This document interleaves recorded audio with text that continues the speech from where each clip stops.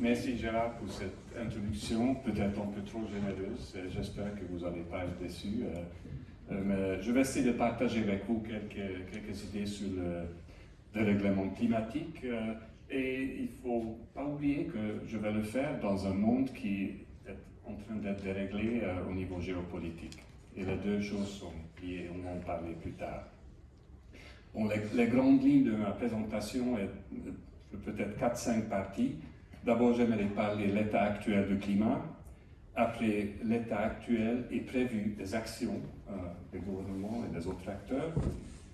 Après, réfléchir un petit peu pourquoi on doit nous occuper de ces choses, pourquoi c'est nécessaire. Et après, regarder les solutions actuelles et les solutions potentielles. Et à la fin, j'aimerais regarder quelques questions transversales. Peut-être c'est mieux si je commence tout de suite partager avec vous mon message. Mon message est tout simple. Nous sommes en crise, vraiment. Nous sommes en crise. Il y a trop de CO2, de carbone dans l'atmosphère. Et il faut corriger tout ça. Et en même temps, il faut nous mettre sur une voie durable. Et ces deux choses sont assez difficiles. Mais il ne faut quand même pas désespérer. Il y a des solutions. Il y a des solutions partout. Mais ces solutions ne vont pas venir tout seules. Il faut faire quelque chose pour qu'ils arrivent. Donc on a du travail. Il y a beaucoup à faire. Il y a urgence. Mais il y a aussi le travail pour très long terme, pour des décennies qui vont venir. Donc c'est un peu ça le message que j'aurai ce soir. Gérard a dit qu'il y aura des possibilités pour des questions, mais si pendant la présentation il y a quelque chose que je dis qui n'est pas très clair, ou il faut clarifier, levez votre main, je ne vois pas très bien parce que il n'y a pas de lumière, mais bon, je vais essayer de vite répondre. Mais pour les questions plus détaillées, plus profondes, peut-être laissons ça pour la fin. Et avant de commencer ma présentation, j'aimerais aussi regarder 3 questions de terminologie. Peut-être la première, et de temps en temps, je vais montrer quelques illustrations. Souvent, on va utiliser le mot gouvernance. Et il faut être très clair que la gouvernance n'est pas seulement des actions par le gouvernement pour réguler une technologie ou une technique. La gouvernance est beaucoup plus grande, c'est tout le monde, vous, moi, et différents secteurs de société qui sont engagés pour essayer de comprendre la technologie, la technique, et développer des actions au niveau social, contribuer à comment utiliser une technologie, comment définir, comment réguler aussi. Donc la gouvernance, c'est quelque chose de beaucoup plus large que simplement une action d'un gouvernement local ou un gouvernement national. Donc ça, c'est peut-être important de ne pas oublier. Deuxièmement, je vais essayer de ne pas utiliser trop d'acronymes. Mais je vais utiliser tout le temps, c'est le GIEC. C'est le groupe d'experts intergouvernemental pour l'évolution du climat. C'est un groupe des Nations Unies et si vous voulez savoir beaucoup plus, j'ai vu un poster dehors qui est excellent et ça explique très bien qu'est-ce que c'est le GIEC. Mais pour nous, ce qui est important ici, c'est que c'est le GIEC qui produit l'analyse de l'état de science sur le changement climatique. Et actuellement, le GIEC est en train de faire un grand rapport. Ils le font chaque 5-6 ans. Et donc, il y a beaucoup des éléments qui viennent de ces rapports de GIEC actuellement. Et c'est très important parce qu'il faut parler toujours sur la base de science. Et la dernière chose, c'est le mot géo-ingénierie. J'aimerais quand même introduire maintenant, je vais en parler plus tard, mais il faut être clair que la géo-ingénierie, la définition de la géo-ingénierie, c'est l'intervention à grande échelle et intentionnelle dans le système climatique pour réduire le problème de changement climatique. Donc, les mots importants sont intentionnels et à grande échelle. Et il y a 2 familles, et je vais en parler plus tard un petit peu. C'est l'élimination de dioxyde de carbone qui est déjà dans l'atmosphère, et l'autre, c'est la modification du rayonnement solaire. Et la raison pour laquelle je mentionne déjà maintenant, parce que très souvent, la géo-ingénierie est appliquée seulement pour la modification du rayonnement solaire.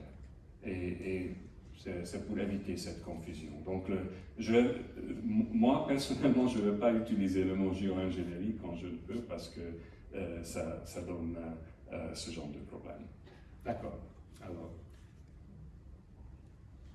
avec ça, et avant de retourner sur la Terre, peut-être allons un petit peu dans le futur.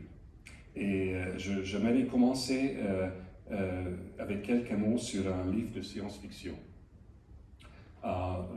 Il y a un écrivain américain, Kim Stanley Robinson, qui a écrit un livre que je trouve d'ailleurs excellent, Le Ministère pour la Future, Ministry for the Future.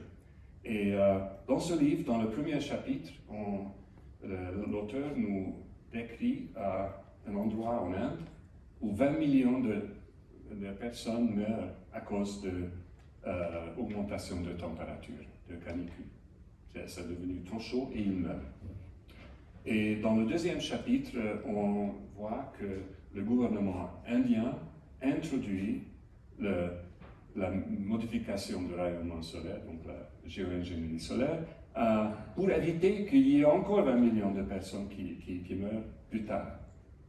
Et dans le troisième chapitre, il y a un ministère pour le futur, une organisation internationale qui a été créée après le COP 48, donc 20 ans après le COP 21 à Paris.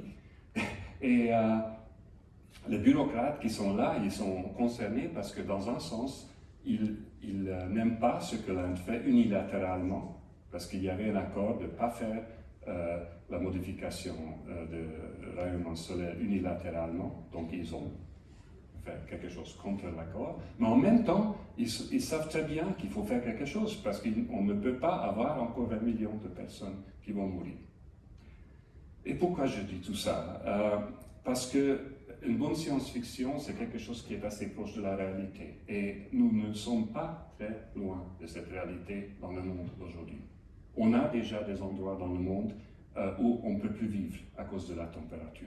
On n'a pas encore eu 20 millions de personnes qui meurent tout d'un coup, mais il y a des gens qui meurent, il y a de mortalité excess en France, ailleurs, qui meurent à cause de l'augmentation de la température. Mais retournons sur la Terre. Donc, quel est l'état actuel du climat? Aujourd'hui, on est environ 1,2 degrés Celsius au-dessus de ce qui était la moyenne historiquement, avant l'industrialisation. La question peut se poser, est-ce que c'est beaucoup, 1,2 degrés? Et effectivement, c'est beaucoup, mais je vais vous montrer pourquoi. Vous voyez sur cette illustration que pendant 2-3 000 ans, la température était plus ou moins entre 0 et moins un demi-degré. Donc l'écart maximal, c'était 1 degré pendant des milliers d'années. Et maintenant, on commence à monter. Et bon, sur l'échelle, on ne voit pas très bien, mais actuellement, on est environ ici, là en haut. Donc, c'est beaucoup plus ce qui était la variation naturelle pendant des milliers d'années. Mais on peut toujours poser cette question, est-ce que c'est beaucoup? Et en plus, il y a le problème que la moyenne cache beaucoup de vérité parce que c'est une moyenne. Déjà, au niveau global, quand on parle 1,2 degré en moyenne, dans le nord, dans le Arctique, c'est 3 fois plus. Donc là, on parle déjà de 3 à 4 degrés plus aujourd'hui de ce qui était avant l'industrialisation. En plus, il y a des écarts aussi géographiques.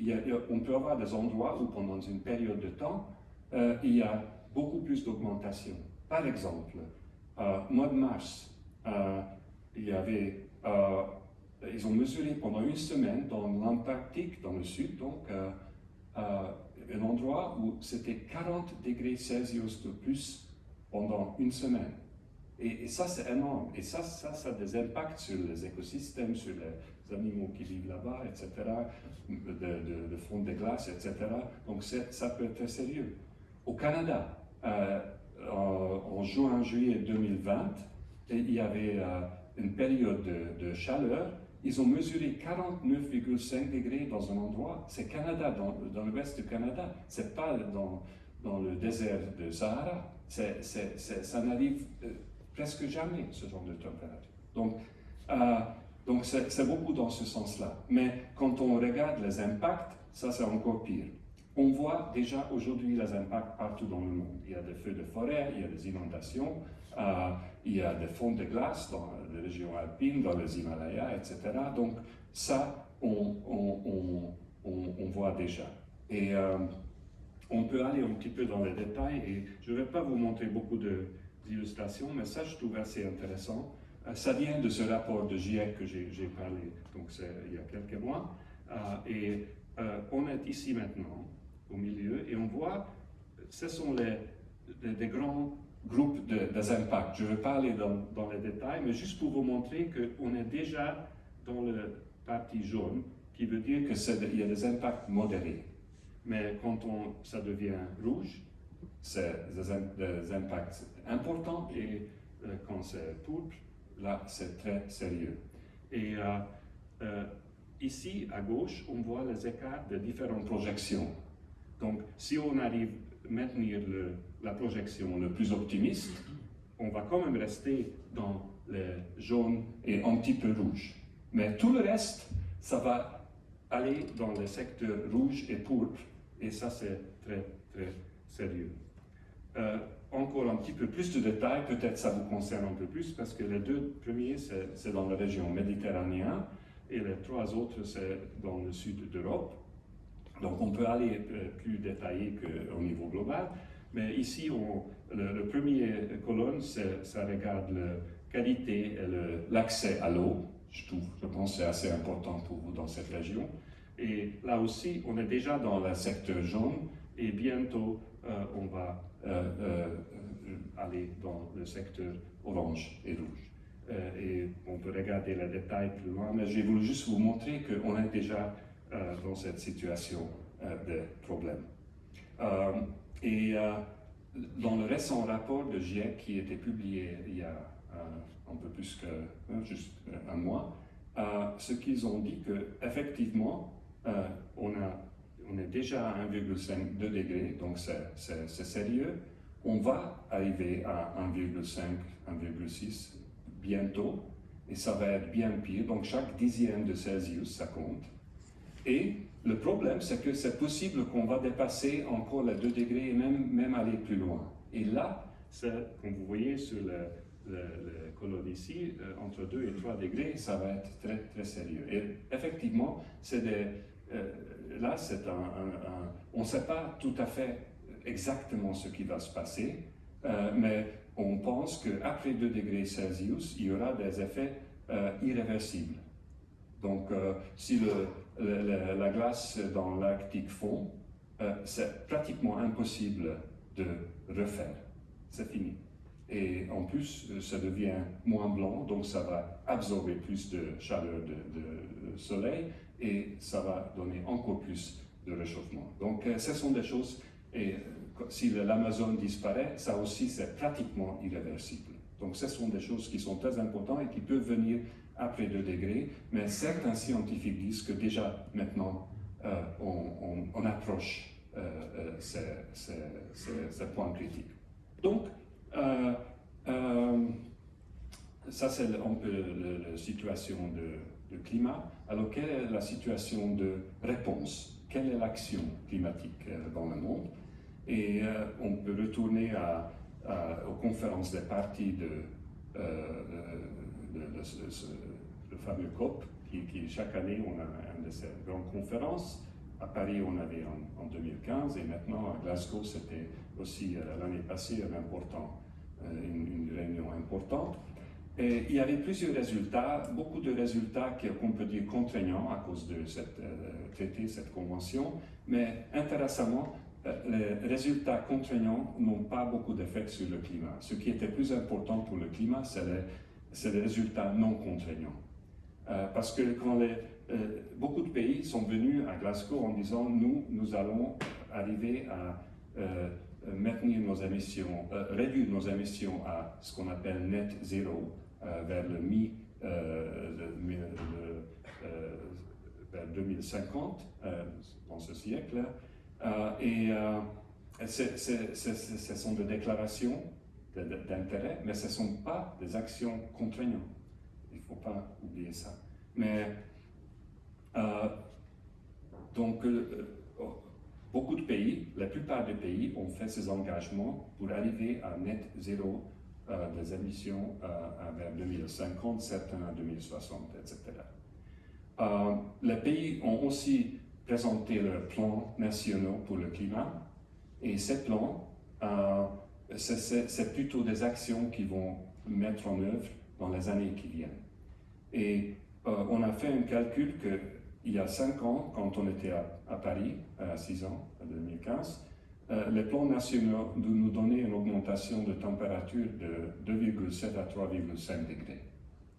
Maintenant, à Glasgow, ce qui était présenté, c'est environ 2,7 degrés. Donc c'est une bonne chose, c'est une amélioration. Mais bien sûr, ça ne suffit pas, parce que 2,7, c'est encore beaucoup trop. Et le 2,7, ça veut dire que si tous les engagements, 100% des engagements seront mis en œuvre. Et ce n'est jamais le cas, malheureusement. Donc, le 2,7, on peut poser des questions. Il y avait d'autres engagements, des secteurs non étatiques, des secteurs privés, etc., sur le méthane, sur la réduction de charbon, etc. Donc, il y a beaucoup d'autres choses. Et on a calculé ici tous ces engagements, tout ce qu'on a présenté à Glasgow, s'ils peuvent être mis en œuvre, on va arriver à 2 degrés. Si, tout. Mais ça ne va pas arriver et ça sera plutôt quelque part entre 2 et 3 degrés. Ça, c'est l'état actuel des choses. Et comme j'ai déjà montré, c'est assez grave. Donc la situation est grave. Et oui, nous devons nous préoccuper de ces choses. Et en plus, on a la guerre en Europe, la guerre en Ukraine, et ça nous donne la tâche encore plus difficile, pour plusieurs raisons. D'abord, on voit déjà une augmentation rapide, peut-être temporaire, mais quand même rapide, des énergies fossiles à cause de cette guerre. Peut-être ça ne va pas durer tout le temps, mais en tout cas, surtout maintenant quand les émissions devraient vite descendre, c'est encore en augmentation. Et en plus, et peut-être c'est plus difficile, les gouvernements, les leaders, ils ont beaucoup moins de temps de s'occuper des questions de développement durable, de changement climatique, de disparition de biodiversité et tout ça, parce qu'ils sont en guerre. Et ça, je vois tous les jours dans mon travail. On a planifié des visites à Berlin pour discuter avec les représentants du gouvernement et on a dû tout annuler parce que les gens sont occupés avec la crise. Peut-être à moyen et à long terme, ça peut donner un coup positif pour l'utilisation des énergies renouvelables, peut-être. Mais on ne peut pas dire pour le moment que ça va arriver. Donc la guerre, ça ne facilite pas la chose. Et donc nous sommes dans une crise. Et comme j'ai dit au commencement, il ne faut pas désespérer, ce n'est pas encore la fin du monde, il y a des solutions. Donc quelles sont ces solutions?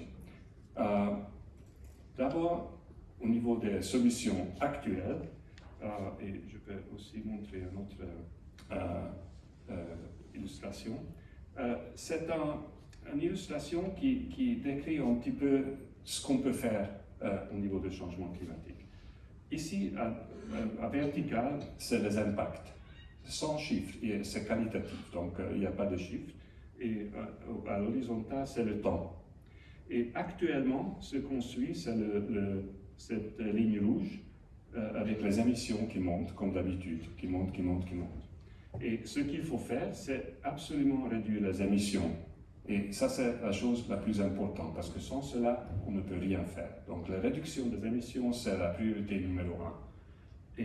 Mais ça ne suffit pas, parce qu'il reste encore trop de carbone dans l'atmosphère. Donc, il faut en plus, pas au lieu, en plus, réduire, éliminer le CO2 qui est dans l'atmosphère. Pas tout, mais réduire la concentration jusqu'à un niveau est raisonnable. Mais le problème, c'est que tout ça, ça prend beaucoup de temps. La réduction des émissions, ça prend du temps. L'élimination de carbone, encore plus. Et cependant, la température monte. Et si la température monte, il y aura des impacts et les gens vont souffrir et les écosystèmes vont souffrir. Donc, les scientifiques nous disent peut-être, pendant que le monde décarbonise, on peut utiliser la modification de rayonnement solaire, au lieu de passer dans ce passage, simplement couper horizontalement et maintenir la température à un niveau raisonnable pour les écosystèmes et pour les gens, pendant qu'on finit la décarbonisation des économies et de l'atmosphère. Donc ça, ce sont les différentes options, mais pour la chose la plus importante, c'est la réduction des émissions. Et on ne parle pas que de production d'électricité photovoltaïque pour nos voitures électriques. Ça, c'est facile. Et c'est déjà plus ou moins en route. Il faut tout transformer. Le GIEC parle de réduction transformatrice des émissions. Transformatrice dans le sens que tout doit changer dans les 30 années qui viennent. Si on veut arriver à net zéro en 2050, il ne nous reste pas beaucoup de temps, il nous reste 30 ans. Et c'est aussi la production de ciment, c'est aussi de chaleur industrielle, c'est aussi les avions, et ce n'est pas seulement l'offre, mais aussi la demande, c'est-à-dire nous, la consommation, comment nous consommons, comment nous vivons, tout ça doit être changé dans les 3 décennies qui viennent. Et il faut faire tout ça, il faut faire toutes ces réductions des émissions, pas juste une chose ou l'autre, il faut que tout soit, que tout change. Et en même temps, on ne va pas arriver à garder la température au-dessous de ce fameux 1,5. On est déjà à 1,2, donc il faut adapter aux changements qui sont déjà en route. C'est difficile, c'est cher, mais il faut le faire, parce qu'il va faire plus chaud. Il faut accepter que le monde va être plus chaud. La question simplement, ça va être beaucoup plus chaud ou juste un peu chaud, et si c'est pendant quelques années ou pendant des décennies ou pendant même plus longtemps. Et donc il faut adapter, on peut construire les barrages contre le niveau de mer, on peut utiliser plus de climatisation, mais bien sûr ça utilise de l'énergie, donc il y a un problème. On peut améliorer la gestion forestière, on peut améliorer notre agriculture pour maintenir plus de carbone dans le sol. Donc il y a beaucoup de choses qu'on peut faire. On peut même déplacer des pays entiers. C'est ce qui se passe déjà aujourd'hui dans le Pacifique, parce que quelques îles du Pacifique, quelques pays souverains, ils vont disparaître dans quelques années. Ça, de toute façon, à 1,5 degré, il y a 4-5 pays qui vont simplement disparaître. Donc ils ont déjà commencé de transporter des populations de ces îles vers Fidji, vers la Nouvelle-Zélande, etc. Donc tout ça, c'est l'adaptation. Mais il y a des limites financières, ça coûte très cher. Il y a des limites techniques, souvent. Et il y a aussi des limites socio-culturelles, parce qu'il y a certaines choses qu'on peut faire peut-être ici, dans ce pays, mais on ne peut pas faire dans un autre pays, quelque part. Donc, les conclusions du GIEC sont qu'il faut faire tout ça. Oui, le monde va dans la bonne direction, parce qu'on réduit les émissions, on commence à réfléchir sur l'élimination de carbone atmosphérique, on a commencé l'adaptation partout, mais tout ça, ça ne va pas suffisamment vite et pas à suffisamment grande échelle. Donc, on va arriver malheureusement de nouveau à cette augmentation de température. Donc, il faut chercher d'autres solutions, en plus, pas au lieu, mais en plus. Et c'est là, j'ai déjà parlé un petit peu de l'élimination du dioxyde de carbone, peut-être on peut regarder ça un peu plus, c'est pas nouveau, c'est l'idée de l'élimination du dioxyde de carbone là depuis des décennies. Mais ce qui est nouveau, c'est l'échelle de grandeur, de réduction qu'on doit faire. Après le GIEC, il faut éliminer entre 1000 et 10 000 gigatonnes de carbone jusqu'à la fin de ce siècle. Est-ce que c'est beaucoup? Bon, ça dépend quand on commencera et combien d'émissions on aura réduit déjà, mais plus ou moins, on peut compter, ça va prendre environ 10 à 30 gigatonnes par année. Ça, on peut comparer à 40 gigatonnes des émissions qu'on produit chaque année aujourd'hui. Donc c'est presque autant ce qu'on doit enlever, ce qu'on met régulièrement dans l'atmosphère. C'est énorme. C'est une très, très grande responsabilité de génie, d'ingénierie et tout ça, de faire ça. Mais il y a des solutions. On ne va pas aller dans le détail, mais juste pour vous montrer qu'il y a différentes techniques qui sont basées sur la nature. Donc, augmenter les forêts, ça stocke le carbone. C'est bien. Mais on peut aussi changer l'alcalinité des océans, qui absorbera plus de carbone. Donc, on peut utiliser la nature pour faire un peu plus. Mais il y a aussi des techniques qui sont basées sur la haute technologie. On peut éliminer le CO2 de l'atmosphère et avec les réactions chimiques, on peut produire des liquides et des solides. Et ça, on peut stocker sous la mer, dans les mines. Donc, il y a des possibilités. Mais ces technologies existent, mais pas encore à l'échelle nécessaire. Et ça va prendre des décennies que ça se développe au niveau jusqu'à 10 à 30 gigatonnes réduction par année. Et en plus, il y a beaucoup de questions de gouvernance dans un sens large, comme j'ai parlé avant.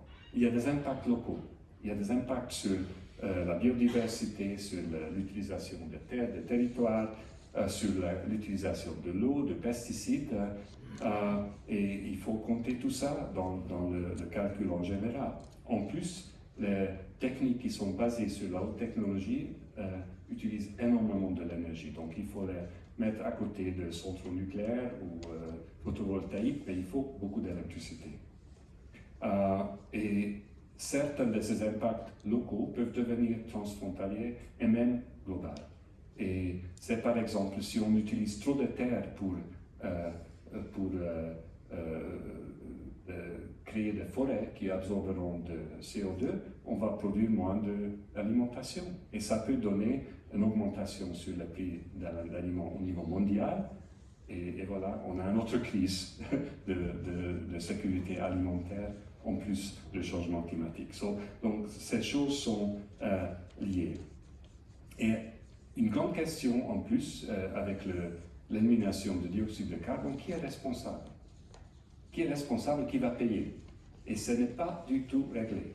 Parce qu'actuellement, on utilise l'atmosphère comme gratuite, on peut mettre n'importe quoi dedans, mais on n'a pas de système pour payer quelqu'un qui va éliminer cette pollution. Donc, qui va payer au niveau domestique, mais aussi au niveau global. Et là, il y a une question de justice entre le nord et le sud. Qui va payer pour tout ça? Et dernièrement, peut-être même plus grand, c'est comment engager les sociétés pour comprendre mieux ces techniques et pour accepter qu'il faut faire ça. Ce n'est pas une question de on fait ou on ne fait pas. Il faut éliminer une certaine quantité de carbone. C'est une correction de choses qu'on a fait avant. Il faut corriger, c'est comme il faut nettoyer la pollution. Mais les sociétés ne sont pas engagées dans des discussions, ni ici ni ailleurs. Et ça il faut faire. Donc, pour l'élimination du dioxyde de carbone, il y a des techniques. C'est possible, mais ça va prendre beaucoup de temps et c'est un défi énorme. Et il y a beaucoup de questions de gouvernance à résoudre. Et après le GIEC, si on fait toutes les réductions des émissions, si on fait tout ce qu'on peut sur l'élimination de dioxyde de carbone, on ne va toujours pas arriver au-dessous de 1,5 degré. Et donc, il faut encore d'autres solutions. Et c'est là où la modification du rayonnement solaire peut être envisagée, peut-être. On ne sait pas encore si c'est vraiment nécessaire, mais c'est ce que les scientifiques nous disent. Qu'est-ce que c'est la modification du rayonnement solaire? C'est changer la réflectivité de la Terre pour qu'il y ait plus de rayonnement solaire qui entre, qui est reflété dans l'espace, et comme ça réduit la température de la Terre. Et scientifiquement, on parle de l'albédo de la Terre. On peut changer l'albédo, et comme ça, plus d'irradiation solaire va retourner dans l'espace. Avant qu'on regarde le détail, il ne faut absolument pas penser que la modification du rayonnement solaire peut être une solution pour le changement climatique, parce que ce n'est pas le cas. Donc, la solution, c'est la réduction des émissions et l'élimination de carbone atmosphérique.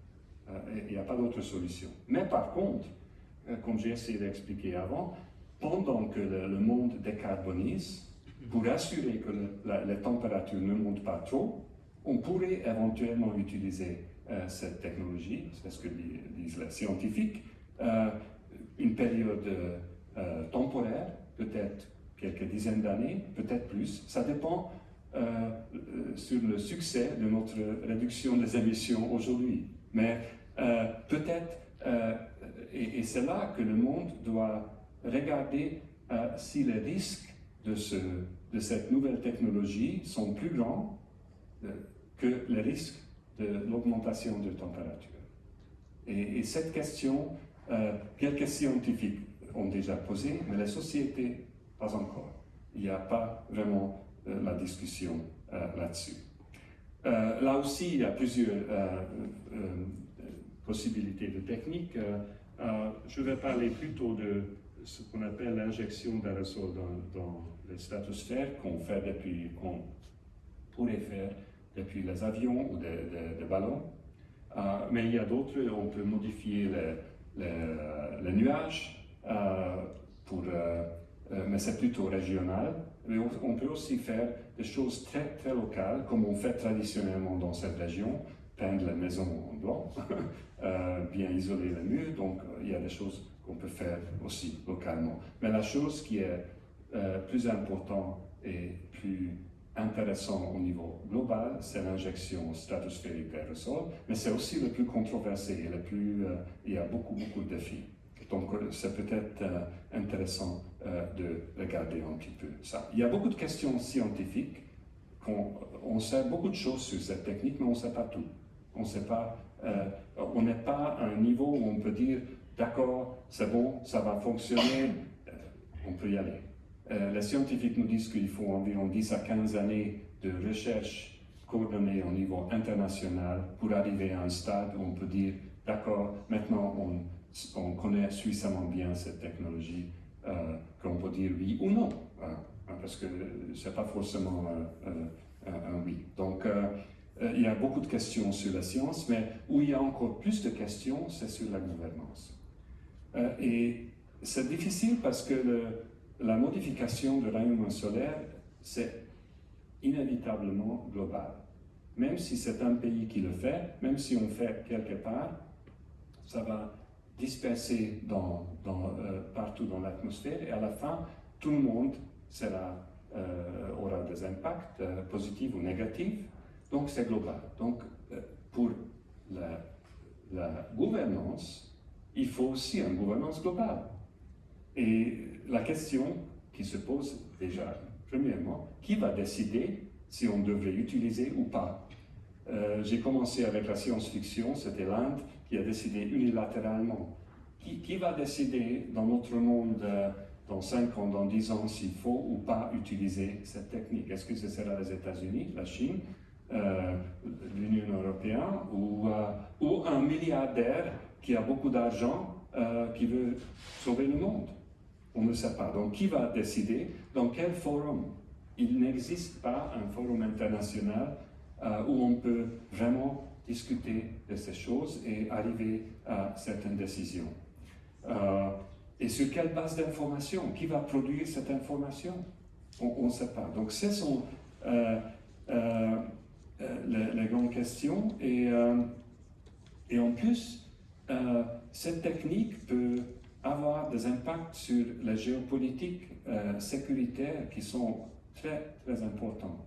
Prenons un exemple, que si dans le futur, une année, la Chine commence à faire la modification des rayonnements solaires, et quelques années après, le pluie monsoon en Inde change. Et on ne sait pas exactement si c'est à cause de l'intervention de la Chine, et peut-être ça va être difficile de même analyser ça, mais il y aura la perception que c'est à cause de la Chine. Et entre l'Inde et la Chine, il y a déjà des frictions géopolitiques. Donc imaginez si la moitié de l'Inde n'aura pas les pluies de mousson et les gens vont avoir faim, ça peut donner de très, très grands problèmes sécuritaires au niveau global, régional et global. Donc il y a toutes ces questions de gouvernance qu'on doit traiter. Et qu'est-ce qu'il faut faire? Qu'est-ce qu'il faut faire? Et nous, dans notre travail, dans ce C2G que j'ai introduit, on essaye de promouvoir des conversations sur ce sujet à différents niveaux. Et d'abord, c'est vraiment une conversation pour mieux comprendre qu'est-ce que c'est cette technologie, quels sont les impacts, quels sont les bénéfices et quels sont les défis au niveau de gouvernance. Donc, il faut des conversations et même il faut des conversations sur les questions si on fait de recherche ou pas dans ce domaine.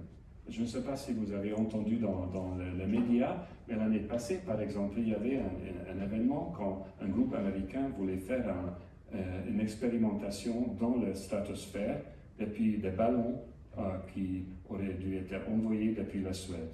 Et un groupe des ONG et des peuples autochtones, ils ont arrêté cette expérience en disant que non, nous ne voulons pas ça. Mais peut-être ils avaient raison, peut-être pas, mais est-ce qu'un petit groupe d'acteurs peuvent arrêter quelque chose qui a un effet global? C'est une question à poser. Et peut-être ce genre de question doit être d'abord discuté et après décidé dans un forum international, peut-être dans les Nations Unies ou ailleurs. Donc, il faut l'approche globale, et à notre avis, on ne peut résoudre ce problème autrement qu'au niveau multilatéral. Donc, les Nations Unies auront un rôle important.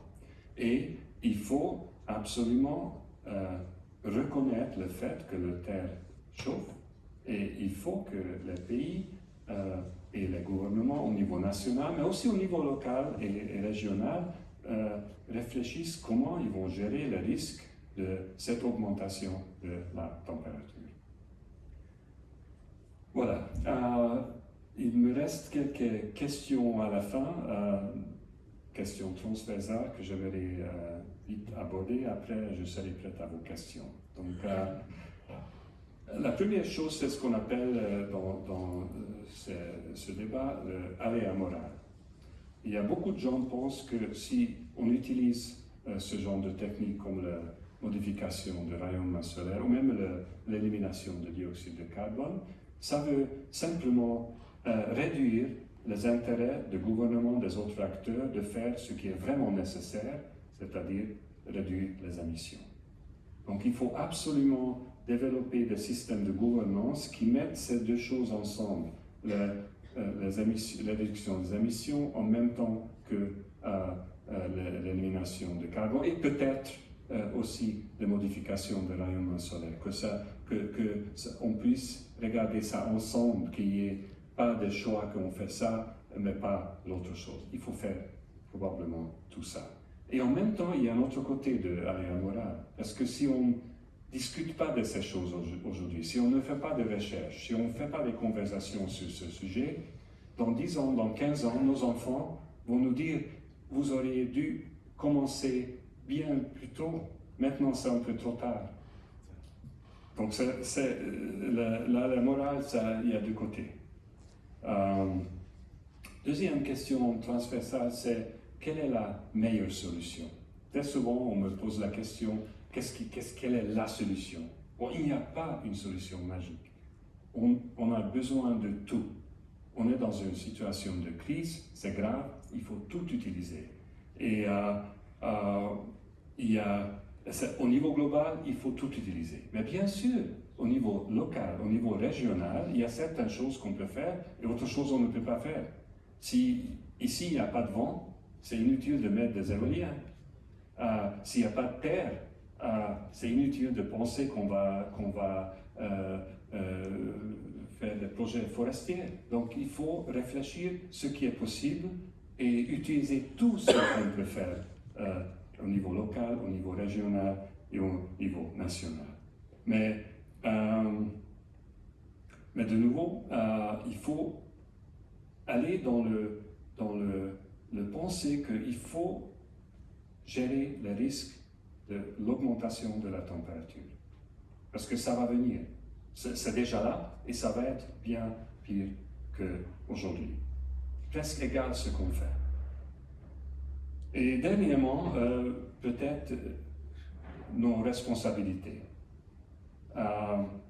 Est-ce qu'il faut agir au niveau individuel ou au niveau politique, au niveau de la société? Et effectivement, il faut les deux, parce que le changement climatique, c'est vraiment un bien global. Et un bien global comme ça, on ne peut changer que à travers les gouvernements, à travers les actions des gouvernements au niveau national et au niveau international.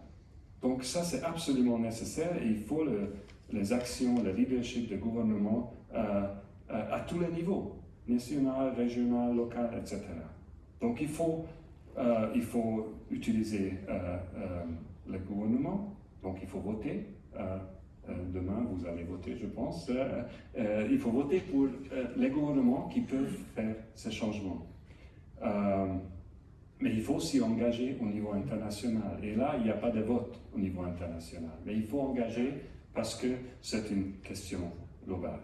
Mais en même temps, quand on a fini de voter, quand on a fini d'engager dans les Nations Unies, etc., on peut quand même éteindre la lumière qui n'est plus nécessaire. Et on peut bien utiliser la voiture moins si on peut, parce qu'il y a des gens qui ne peuvent pas. On peut peut-être mieux isoler une maison. Donc, il y a beaucoup de choses qu'on peut faire individuellement. Et c'est aussi nécessaire, d'abord parce que ça donne d'exemples et ça pousse les politiciens aussi, que c'est possible que les gens sont avec. Donc, c'est important. Et avec ces actions au niveau individuel, il y a d'autres solutions qui naissent. Et très souvent, on voit que ces petites actions dans un village, dans une ville, quelque part, ça donne des idées. Oh, voilà, on peut faire comme ça aussi. Donc, c'est vraiment à ce deux niveaux. Donc, ça, c'est... Je finis ma présentation. Je laisse, juste pour nous amuser un petit peu, je suis convaincu qu'on peut faire mieux que les dinosaures. Mais il faut le faire. Donc, il faut agir. Et sans action de tout le monde, on va finir exactement comme ça. Merci.